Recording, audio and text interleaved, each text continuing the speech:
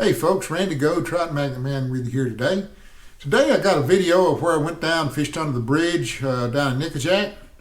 Caught a ton of fish. Unfortunately, I say unfortunately, there really wasn't nothing unfortunate about it. They just weren't big fish. Caught a lot of 9-inch, 10-inch crappie, and they were really thick fish for the length they were. Matter of fact, you could have kept a limit of 15 that would went 10 inches. I had more than 15 over 10 inches. I caught a total of 70 fish. Most of them were the same year class, 9.5 inches, 10 inches, some of them.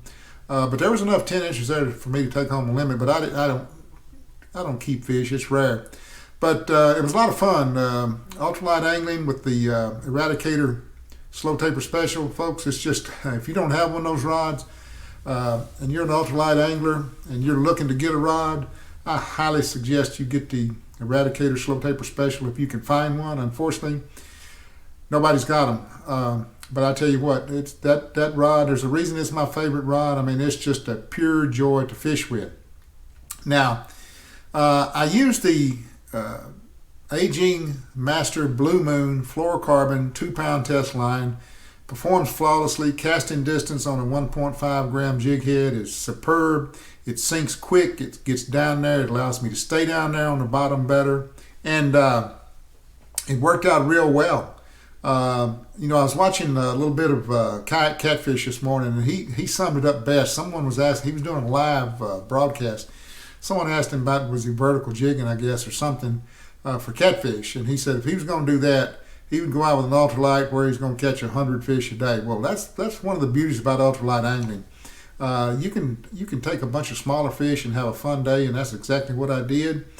September has always been, of course it's now into October, but September has always been a very rough month for me down at Nickajack. It just has. I don't know why that is, but it is. But it should pick up in October and November. I was surprised those crappie, sometimes they'll be there the first week of October. Of course, there could have been some big ones there. I was very limited. You'll see in the video, I could only fish to one spot. The water was up, the lake was up, which means I can't get to the point to the left of where the camera's facing. There's a point out there that I love to fish off of. Couldn't get to there. Wish I could have. Might have been some different results. But anyway, boated 70 crappie. As I said, I was using the Blue Moon Aging Master 2-pound test fluorocarbon. Now, folks, I'm going to tell you about this line. If you're an ultralight angler, you need a line that's going to get you down, keep you down. It's going to sink fast. This is the line you want. This is the 2-pound test that I was using. It's a diameter of 0.117. Manageability, castability of this line is great. You've heard me say that before, but I'm going to keep singing its praises. Also, if you really want to test your skills, they make this in a 1.5 and a 1.7. The 1.5, which is 0.090 millimeter, I don't even think I could see, just tell you the truth. But I've tested it out thoroughly with the Booz drag checker, and it breaks at 1.5 pounds every single time. Now, they also make a 1.7, which is 0.104. Let me look it up here real quick. I think it's 0.104 millimeter. Yes, 0.104.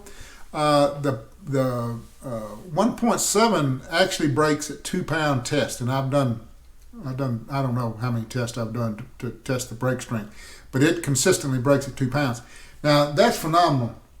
A 0.104 millimeter diameter line, you could be able to cast that thing coast to coast. But the manageability of this line is fantastic. The sensitivity is just like fluorocarbon. It's good. The stretch is there. This worked out well for catching crappie. You need a little bit of stretch in the line, ideally for catching crappie, and this has it. This has has a stretch to it. It worked out real well. Now, also in this video, I used a jig head I've owned for a year, but I've never even tested it out. That is the ODZ Range Cross jig head. Now, I used the 1.5 gram. I only bought one pack of those. For whatever reason, I bought a bunch of 1.3 gram. This jig head is good. It's very good. The hook is not as sharp as the Daiwa Gekkoman jig head. To me, the Daiwa Gekkoman jig head is the gold standard for sharpness. And yes, this is a good hook. Don't misunderstand me. I caught a lot of fish on this yesterday, a lot of fish, and I like it. I bought this looking for when I have to replace when I run out of the Daiwa jig heads, which is going to be another year and a half or something like that. I got plenty of them for a while anyway. But I'm testing out different jig heads. Just got around to testing this. I'd contacted Digitaka over a year ago and asked them about which one would compare to the Daiwa. They didn't really tell me which one to compare. Their reply was that the ODZ jig heads are big sellers in Japan. So I tried some of them. Now it is a quality jig head. It's a bit expensive, but it worked well. I like the design of it. I like the shape of it. The hook stays buttoned up. It worked out real well. But like I said, it's not as sharp as the Daiwa. But now keep in mind, when I tell you that don't mean that hook's not sharp. It is sharp. I didn't have any problem hooking fish yesterday and fish staying hooked. That's always a good thing. But had a great day as far as fun. I was just sitting on the bucket. There wasn't a breeze so much as blowing. Listening to freight trains go by. It was a very soothing, relaxing day. I have been out fishing somewhat in the past week and a half. Not much. My wife is in Europe. I put her on the plane 4 days ago. She's in Europe, so before that I stayed around the house a little bit more to be with her because she's gonna be gone for 2 weeks, which leaves me able to fish every day if I want to. Unfortunately, we're having storms now that's popping in every day. Sometimes for all day, sometimes not at all. But I mean, you never know. But I'm going to get out and do some fishing as soon as I can. And I always say that, but that's just a fact. As soon as I can go. I'm going to tell you, as I always like to say, folks, you don't need all this high dollar Japanese gear to catch fish. That's a proven fact. That's just what I do. I enjoy using it. And I've made that transition to Japanese gear, and I won't be making a transition back. I just won't do it. It's a pure joy to fish with it. But like I said, you don't need it to catch fish. There's people who catch fish on $20 rods every day. But I will tell you this, if you're going to get into ultralight angling and finesse angling and you need some sensitivity about you need to look at some of your St. Croix products, some of your Phoenix Elixir type rods, something that's going to give you more sensitivity than a $20 fiberglass rod from Walmart. Not that you can't catch fish with that, but trust me, folks, you're going to be missing bites. You're going to have fish hit and you never know they're there. Those rods are just not well at transmitting sensitivity, but of course they're not made to be. I mean, they're made to sell a lot of rods and they're made to hold up and be robust. And they do that, and believe you me, I fished with them for years. And when I started going up in scale to the St. Croix and the Phoenix Elixirs, the Fenwick Elite Tech River Runners, I mean, it makes a world of difference. But I just enjoy fishing with Japanese gear, and it's too late for me to turn back. I tell people that all the time. Once you go down the JDM road, there is no turning back. It's a deep, dark rabbit hole. But I absolutely love it. But as I always like to say, you don't need it to catch fish. But anyway, folks, we're going to hopefully get into deadlock. Probably in 3 or 4 weeks, there's going to be thousands of bluegill in there, which is going to be nonstop action. Hopefully, it's been that way every year since I've been fishing down there, and I don't see why it wouldn't be any different this year. Although sometimes they're late 1 week or 2 weeks, one way or the other. The white bass are going to be moving in. There's going to be sauger, walleye move in down there, although I don't really target them, but they're going to be there. The Kentucky bass, smallmouth, and the crappie. Now, I did make one trip to Nickajack in the boat, and I didn't do a video of it. I should have. I caught 100 crappie, but they were all 8-inch fish. Every darn one of them was 8 inches. You couldn't find any bigger fish. But like I said, I just spent the day enjoying catching 100 fish on an ultralight rod, actually a super ultralight rod, the Radicator Slow Taper Special. As I tell you, folks, that's just a fantastic rod. So anyway, folks, hope all of you are doing well. Hope all of you are safe. Hope you're out able to fish. Hope you're catching fish. So until next time, soar lip 'em all, and life is good.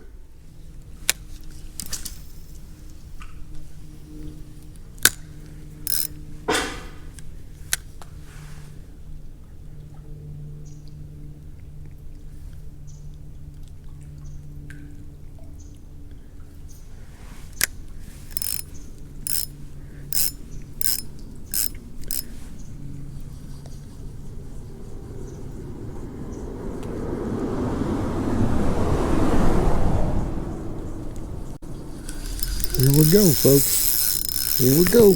Got us another crappie. Got us another crappie here.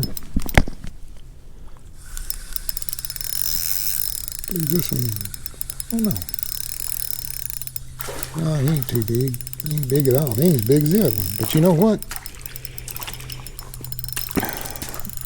On the Eradicator Slow Taper Special, a lot of fun, folks. A lot of fun. Tell you what though, that's a thick fish. It's only about 8 inches. It's a pretty fish.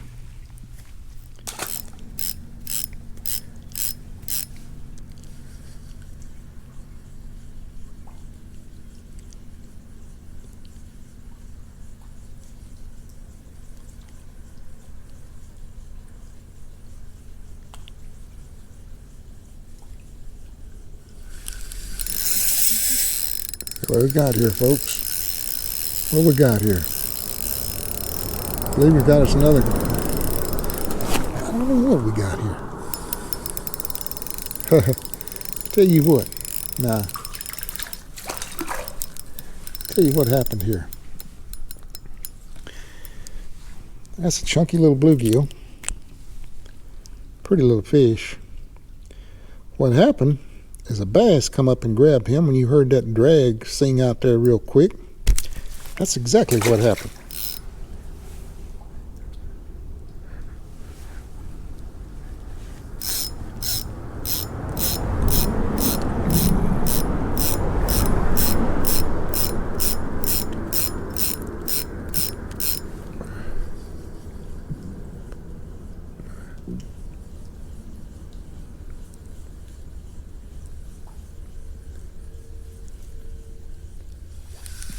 Here we go. Got another crappie. There's some better fish here. There's some better fish here. I do believe. Better. Well, I say that, you know. It's funny with this rod. There's another crappie. He ain't no better than the other ones. Well, no, maybe he is a little better. Let's see here. Let me get him in here. No, he's about like the other ones. He's about like the other ones. That's a 10-inch fish there. I'd like them to be bigger. But hey, that's what you're getting. All right.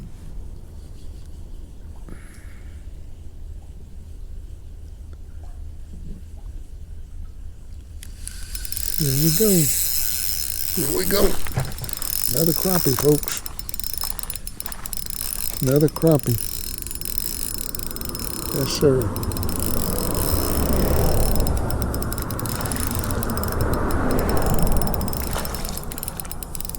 Come on in here.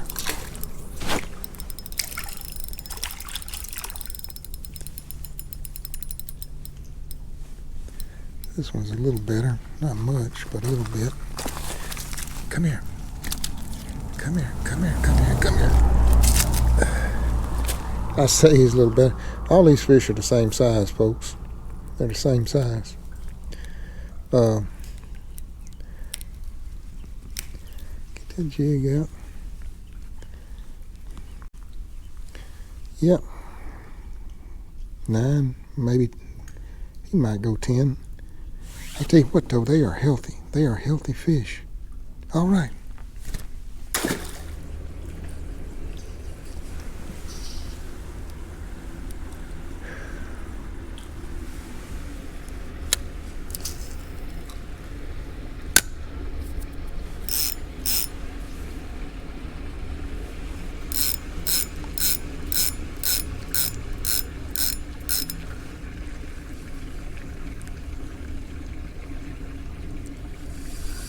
Here we go. Here we go.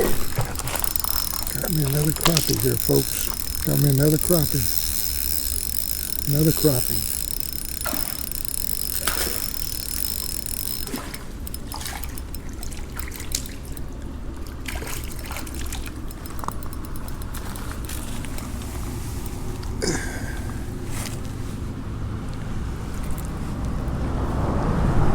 As far as crappie go, ain't much to them. But they make up in numbers what they lack in size. All right.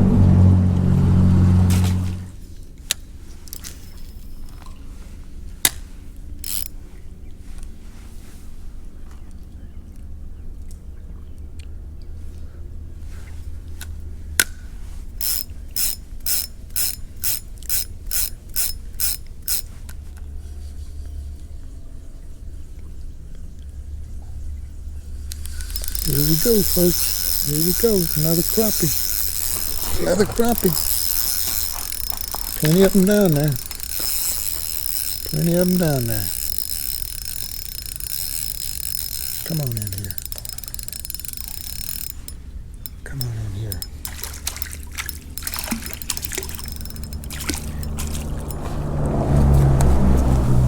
Yes, sir.